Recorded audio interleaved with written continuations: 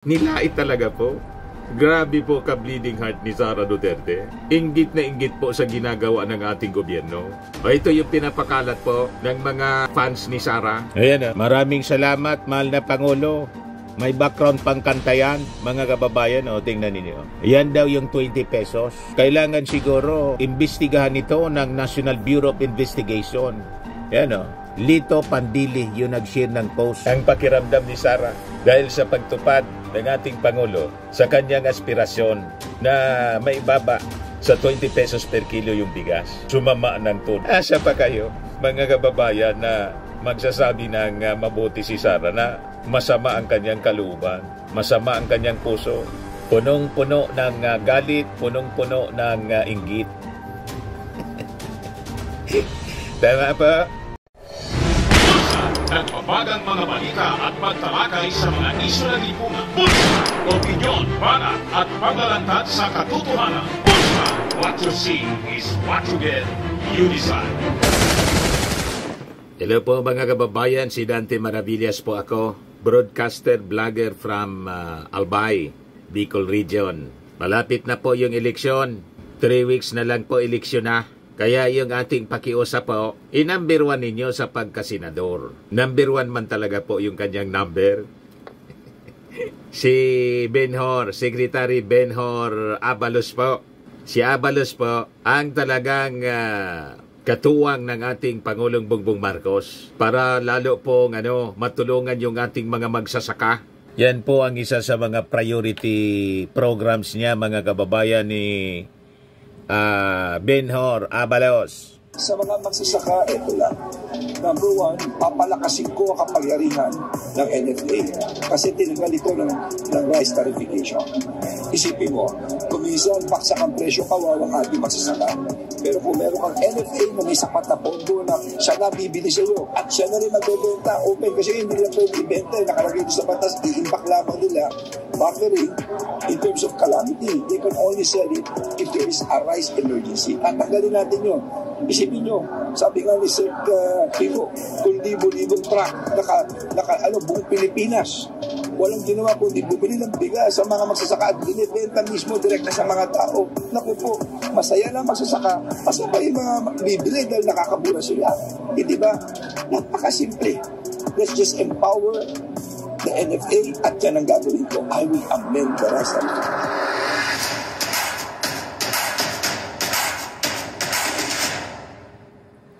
Number 1 po sa Senado agad. Abalos sa Senado. Suportado po si Abalos ng Liga ng mga Barangay sa buong Pilipinas, pati mga gobernador, mayors, congressmen. Andito po ang Liga ng mga Barangay para sumuporta sa inyo. Nandito na po kami sa likod ninyo, Senator Benhor Abalos. Ang kuryente natin ay pangalawa sa pinakamahal sa buong Asia. 20 years ago, pinindigan ko ito. Kung ako'y congressman, tumutol ako rito sa pagwis. The most overtaxed in the whole world ay ang kuryente natin. Yan ang una ko'y pampay para bumaba ang kuryente, tumami negosyo, tumami trabaho, at tumaang ang buhay ng bawat Pilipino.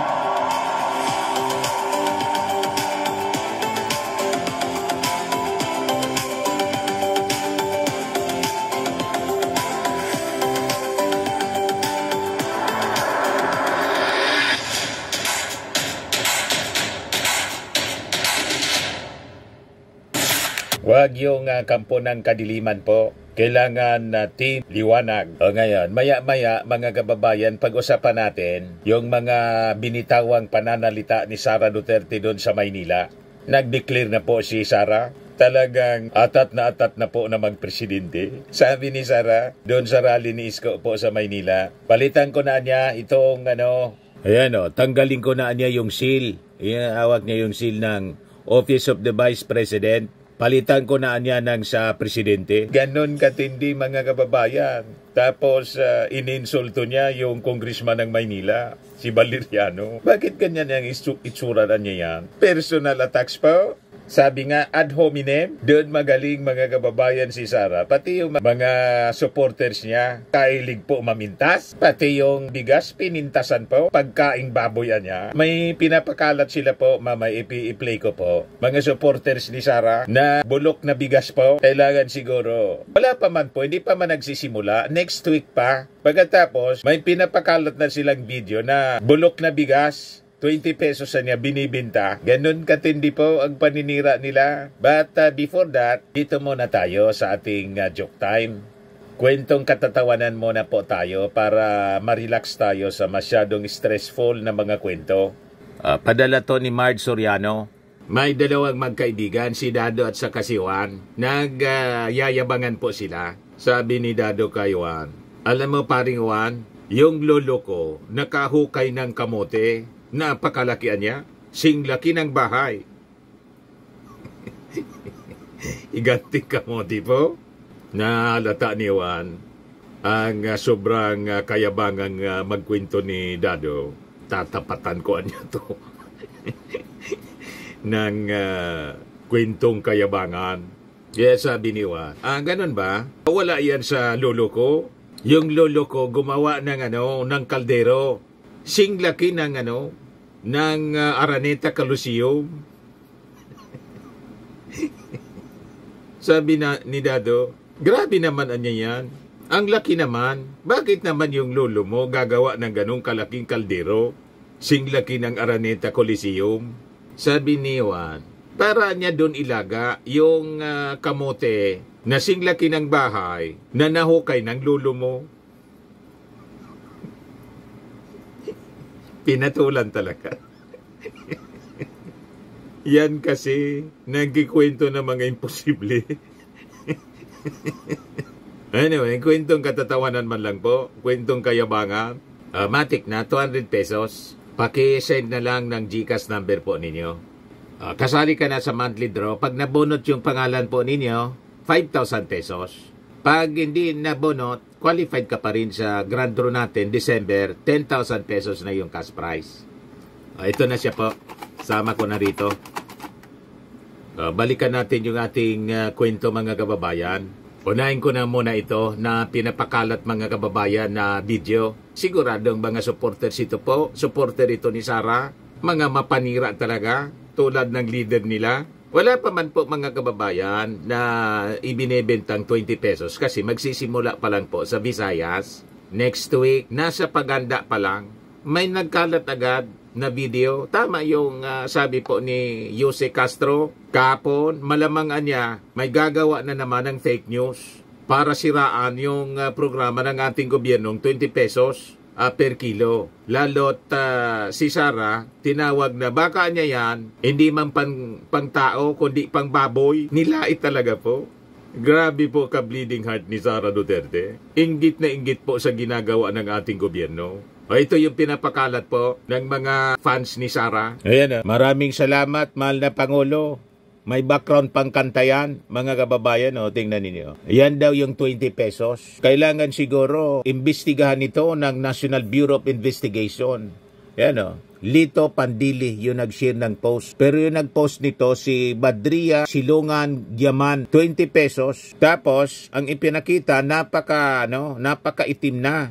Parang amagi na po, mga kababayan na bigas. At nabubulok na. Yan. Mga kababayan ang pinapakalat na video, Lito Pandili's post, Reels. Kahapon, April 24, pinakalat mga kababayan agad-agad. Badria Silungan Giaman. Sabi ko sa inyo, itong kampo ng mga Duterte po, mga supporters nila, na nabubuhay po sa pagpapakalat ng fake news. At ginagawa nilang katuwaan ang pagpapakalat ng fake news. Kaya nga po, siniseryoso na po ng Palasyo Malacanang ang paglalaban po sa pagpapakalat ng fake news. So malamang pag nahuli sila ng National Bureau of Investigation, iiyak-iyak sila mga kababayan. So dapat ito mga kababayan, huwag palampasin ng ating mga authorities ng PNP, cybercrime, tapos ng National Bureau of Investigation. Sa bagay, yung mga nauna na nagpakalat ng mga fake news,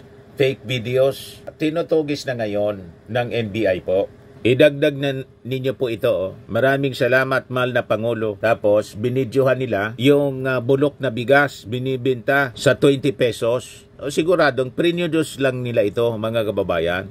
Para siraan po yung programa ng ating Pangulo, batay doon sa naging statement ng kanilang leader na si Sara Duterte. Linawin natin, wala pang binibenta ngayon. Next week pa po mag-start ang distribution. At sabi po ni Jose Castro, itong bigas po, ang quality niya po, maganda, yung 31 pesos ang presyo nito per kilo. Kaya lang subsidized siya ng gobyerno. So ibibenta siya, mga kababayan, sa market, mga authorized outlets through the help ng mga LGUs sa halagang 20 pesos. Bilang pagtupad, mga kababayan, sa naging aspirasyon ng ating Pangulo. Noon pa ito, mga kababayan, plano. Nabanggit ito ng ating Pangulo during the campaign. Kaya nga yung 2023, ito, yung aking pangarap na sinabi na noong bago akong upo na sana mapababa natin ang presyo ng bigas ng 20 pesos. Hindi pa tayo umaabot doon. Dandahan, nasa 25 na lang tayo. Kaunti na lang, maibababa na natin yan. Sabi ng ating Pangulong Bongbong Marcos in his speech at di kadiwa ng Pangulo in Camarines Sur, March 16, 2023. Nandun po tayo. Nag-cover tayo nitong event, mga kababayan. Ngayon, pinagtatawa na noon ni Sara Duterte ng mga DDS. Pero si Digong noon, mga kababayan, ang promise po sa zona niya, 7 pesos. Yan po ang ebidensya, published by Impact Leadership, July 23, 2018. We need to switch from the current quota system in importing rice to a tariff system where rice can be imported more freely. This will give us additional resources for our farmers, reduce the price of rice by up to 7 pesos per kilo, and lower inflation significantly. Yan yung naging statement ni Digong. 7 pesos. Naniwala siya na kaya niyang i-reduce. Ang tanong, nangyari? Hindi po nangyari. Pagkatapos si Digong, hindi siya maniwala, mga kababayan, tulad ni Sara, na kayang ibaba sa 20 pesos per kilo yung bigas. Hindi siya naniwala sa 20 pesos, naniwala siya sa 7 pesos. Anong klaseng pag-iisip? Imposible daw yung 20 pesos, sabi ni Digong. Pero hindi imposible sa kanya yung 7 pesos. Nag-promise yan ng 7 pesos na never nangyari. Ngayon, yung 20 pesos, mangyayari na next week. Siniraan ngayon, nilait ngayon ni Sara Duterte. Ito yung panlalait ni Sara. Mga kababayan, pakinggan natin. Yung sinasabi nila noon pa na hindi nila magawa hanggang ngayon dahil hindi nila alam kung paano gawin. At dahil sa totoo lang, nung sinabi yung 20 pesos per kilo na bigas, ay nagsinungaling yung nagsabi. Alam niyang hindi kayanin. Alam daw hindi kayanin. Nagsisinungaling. Ito na nga po, next week i-implement. Paano nyo nasabi na nagsisinungaling, na tinutupad nga ang sinungaling? Yung tatay mo, never na nangyari na na-reduce niya sa 7 pesos yung kilo ng bigas. Napakaampalaya ni Sara nang marinig niyang magbebenta na po ng 20 pesos per kilo. Hindi niya matanggap na makakabili na yung mahihirap ng 20 pesos per kilo. At nilait niya. Sinabing hindi niya yan pantao, pangayop yan. Ganun katindi. Ininsulto niya yung mga suppliers na mga magsasaka na ang bigas na galing sa kanila ibinibinta sa NFA, mga bulok, pagkaing baboy. Kaya kayo mga farmers dyan sa Visayas, isumpa ninyo ang mga kandidato ni Sara at si Sara mismo. Nilalait po yung pagkain na pinagpaguran ninyong itanim at anihin para may makain yung ating mga kababayan. Sabi ni Sara rito. Pero pinaasa niya ang mga tao na ibibigay yon.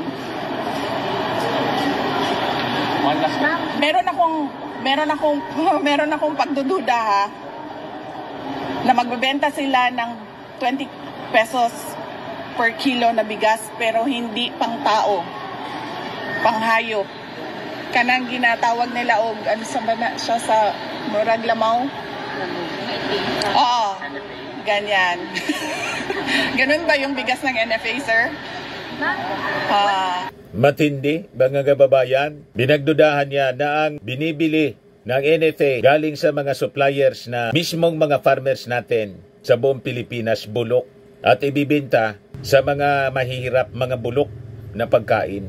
Itinulad pa niya, mga kababayan, doon sa bulok na mga pagkain na diniliver doon sa mga mag-aaral. Yung inaamag na po sa feeding program noon ng DepEd, noong secretary pa siya ng DepEd, naghanap ng damay si Sara. Noong hindi pa ini-implement, mga kababayan, yung 20 pesos per kilo na bigas, hinahanap nila. Ngayon naman, na ginagawa na, sinisiraan naman niya ngayon. O ito si Sara, noong anong taon nito? 5 months ago? Panawagan sa taong bayan ay hingin, idemanda sa gobyerno na ibigay nila ang serbisyo na karapat-dapat para sa mga Pilipino. Simulan na natin sa mga campaign promises. Dapat po, pag ang politiko ay nag-promise na magbibigay ng 20 pesos per kilo na bigas, dapat ay tinutupad yon dahil binoto ka ng mga tao base sa mga sinabi mo, base sa mga kampanya mo. Kaya dapat binibigay yan lahat. Kung ano man ang sinabi ng isang tao, ng isang politiko, ng isang kandidato sa entablado, dapat nakikita yan ng taong bayan. At higit pa, dapat ang nakikita natin. Hindi tayo dapat naghihirap, hindi tayo dapat pinapahirapan, kundi dapat nagpapakitang gilas ang ating gobyerno na sila ang pinakamagaling pagdating sa hustisya at karapatan ng mga mamamayan at kabutihan, kaunlaran at peace, kalinaw, kapayapaan sa bayan. Ayan ang sabi niya 5 months ago. Nang pa rin ng ating Pangulo ang kanyang aspirasyon na ibaba sa 20 pesos. Ito na ngayon yung statement ni Sara. Ito na yung sinasabi niya, mga kababayan, kasi napahiya siya. Pagdududa ha, na magbebenta sila ng 20 pesos per kilo na bigas pero hindi pang tao, pang hayop. Kanang ginatawag nila og ano sa bana siya sa murag lamaw. Oo, ganyan. Ganun ba yung bigas ng NFA, sir?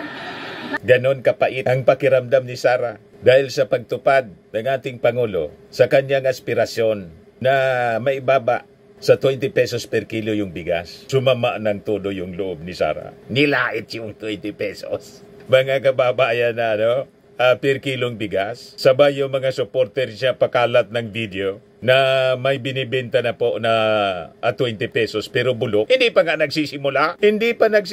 May video na po. Parang yung pulburon video. Gawa mga kababayan para siraan lang yung ating Pangulong Bongbong Marcos. Atat na kasi si Sara na to make over. Ito po yung patunay, mga kababayan, nang dumalo siya kahapon sa kampanya doon sa Maynila ng grupo ni Isko. Ayan panoorin po ninyo. Ang aking opisina, palitan natin ng seal ng Office of the President. Inalis niya yung seal ng Office of the Vice President. Palitan natin ng seal ng Office of the President.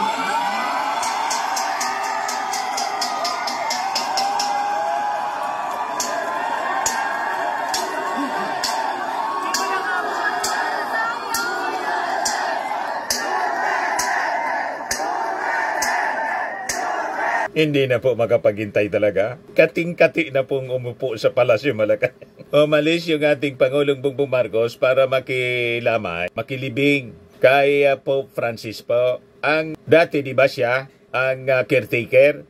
Pero matagal na, di ba, Mr. Marabilia? Matagal na po. No, DepEd Secretary siya. Pagkatapos, hindi pa nagre-resign as DepEd Secretary. Pero sige na po ang sama sa Maisog Rally ng panawagan, Marcos resign. Ang caretaker po, si Executive Secretary Lucas Bersamin, tapos 2 pang Cabinet Secretary.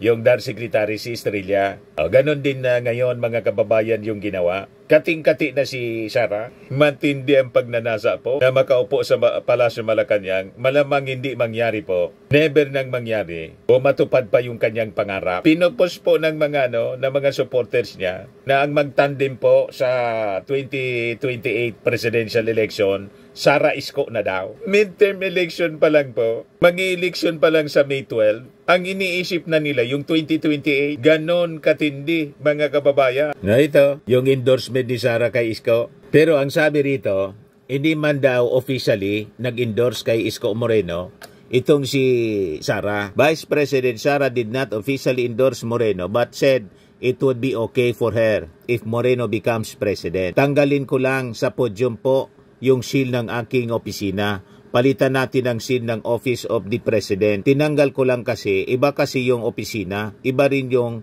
pangangampanya. Pero kung sa Pangulo lang, pumili na lang kayo si Isko Moreno o si Sara Duterte. Wala kaming problema. Okay lang daw kung si Isko o kung hindi siya. Malamang siya, mga kababayan, ang talagang nag-aambisyon na maging Pangulo. And tinetest po yung waters. Testing the waters kung ano yung magiging reaksyon ng mga tao. Kung okay yung Sara Isko tandem sa 2028. Napakaaga pa po. Talagang hindi na tinatago nila, mga kababayan, yung grabing pagnanasa sa posisyon. Pagkatapos inaatake ni Sara Duterte si Martin Romualdez na masyado daw sakim kasi yung tingog party list daw, pag-ari ni Martin. O ngayon, ito yung sabi ni Sara doon. Sabi dito sa report ng News 5, hinikayat ni Vice President Sara Duterte ang publiko na huwag suportahan ang mga kandidatong iniendorso ng Administrasyong Marcos. Sinabi niya ito nang dumalo sa campaign rally ni Mayoralty candidate Isko Moreno sa Tondo, Maynila kahapon po. Ayon sa Vice Presidente, hindi pa umano na ibibigay ang pangako ni President Bongbong Marcos sa kanyang kampanya noong 2022 election na 20 pesos kada kilong bigas para sa mga Pilipino. Yan ang sabi niya. Huwag ninyo iboto ang mga kandidato niya dahil ang mga kandidato niya ay nagsasabi sa kanya na okay lang na magsinungaling ka, okay lang na hindi mo tuparin ang pangako mo sa mga tao. Anong hindi tuparin na? Tinutupad na nga po. Nang tinutupad na, nilait mo naman na yung 20 pesos per kilong bigas na ibibenta sa Visayas as pilot area, pagkaing baboy. So wala na po, mga kababayan, na lumalabas na mga mabubuting salita sa bibig ni Sara Duterte. Wala na tayong asahan sa kanya. Kasi nga po, paano naman po lalabas sa bibig ni Sara ang mabubuting salita na masama ang kanyang kalooban? Normal yun sa tao. Pag masama ang loob, masama ang lalabas. Kasi ang lumalabas sa bibig, galing po yon sa kanyang puso. Pag masama ang puso ng tao, biblical po siya. Yan o. Sabi sa Mark 7 verse 20 to 23, sabi ng ating Panginoon, what comes out of a person is what defiles him. For from within, out of the heart of man, comes evil thoughts, sexual immorality, theft, murder, adultery, coveting, wickedness, deceit, sensuality, envy, pagkainggit, slander, yung paninirang puri tulad ni Sara, pride, foolishness. All these evil things come from within and they defile a person. Asa pa po kayo. Kaya nga ang tawag ni sabi ni Chis Escudero, mag-ingat niya tayo sa mga propeta ng kadiliman. Sabi ni Chis Escudero nung Semana Santa, after na endorse ni Sara Duterte si Amy, na ang team itim. Pag maitim yung puso mo, ano man asahan mong lalabas na mabuti sa bibig? Tama? Kaya masasama palagi ang maririnig natin sa mga Duterte, lalo na po kay Sara, kasi nandyan, galing sa kanyang puso. Galit. Masama ang puso niya. Maitim. Biblical po siya. Napakalinaw. Yan kasama dito yung mga ginagawa ni Sara. Yan that which proceeded out of the man, that defileth the man. For from within, out of the heart of men, evil thoughts, mga kasamaan, proceed, fornication, theft, murders, adulteries, covetings, wickedness, deceit, lasciviousness, an evil eye, railing, pride, foolishness, wickedness, deceit, sensuality, pagkainggit, envy, slander, yung mga pagsasalita ng masama sa kapwa. Tulad ng ginagawa ni Sara Duterte sa ating Pangulo, laging paninira po yung kanyang sinasabi. Pati yung 20 pesos na bigas na napakagandang programa, siniraan niya, pagkaing baboy daw. Asa pa kayo, mga kababayan, na magsasabi ng mabuti si Sara na masama ang kanyang kalooban, masama ang kanyang puso, punong-puno ng galit, punong-puno ng inggit. Tama ba? Ganon din ang kanyang mga supporters. Wala kang maririnig na mabuti sa mga supporters ni Sara. Like leader, like follower eh. So ngayon, ininsulto ni Sara yung isang congressman ng Maynila, si Valeriano. Yan BP Sara Duterte Max Appearance of Manila Lawmaker. Kaya po mapanlait yung mga DDS kasi manang-mana sa leader nila. Nakita ninyo mga post ng mga DDS? Lahat personal na personal attacks, panlalait. Ako nga dito, makita mo mga bashers o mga DDS, kung ano-anong panlalait yung sinasabi sa akin. Unggoy daw ako, gorilla. Ang angalan nila, pag pinintasan nila akong mukha akong gorilla, panginaan ako ng loob. Believer po ako eh. Wala man pong gorilla na naging tao. Gaano man kapangit ng tao, tao yan. Mga believers lang po. Yung Darwinism, evolution theory, hindi man ba ako naniniwala, mga kababayan, sa evolution theory? Because that is a false teaching. Hindi man totoo. Yung mga hayop ngayon, hanggang ngayon, hayop pa rin. May mga tao na mukhang hayop, pero tao siya. Mukhang hayop lang, at ugaling hayop, pero tao yan. Ganon po. Naniwala kayo kasi sa mga aka-aka, the theory of evolution. Kaya ganyan, nalason yung isipan ninyo sa mga maling paniwala. Nakita ninyo yung mga unggoy gorilla. Hanggang ngayon, gorilla pa rin. Ilang thousands of years na yung lumipas. Gorilla pa rin. Kaya pag naniwala kayo sa mga false teachings, yan ang resulta po. Manifestasyon ng kamangmangan kasi. Ayan Vice President Sara Duterte Mac on Thursday the physical appearance. Pinintasan po ng Manila Lawmaker whom she said accuses her of everything without any evidence. Ang tinutukoy na si Congressman Valeriano, yung nag-privilege speech. Kaya mga kababayan, naimbestigahan siya ng Committee on Good Government and Public Accountability. Doon kasi, kaya galit na galit siya, naglitawan yung mga nababalaghan, yung mga fictitious names, yung si Mary Grace Piatos, na naging dahilan ng kanyang impeachment, kung bakit siya na-impeach. So, naunawaan natin bakit grabe ang galit ni Sara.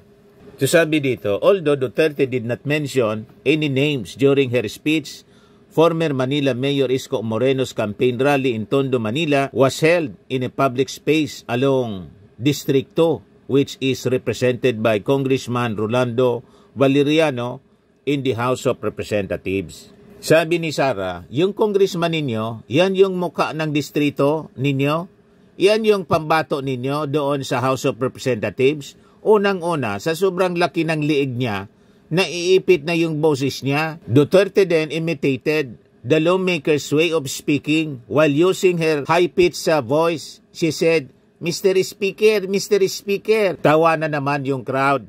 Kung tutuusin, pag nagsalita si Sara, kasi Bisaya si Sara, ang tawag niyang kidi. So namiminta siya, mga kababayan. Pero kung siya magsalita, pero hindi natin pinagtatawanan yung kanyang pagsasalita kasi normal yan sa Bisaya. Pero kung makapaminta sa pananalita, pati yung liig ni mataba kasi.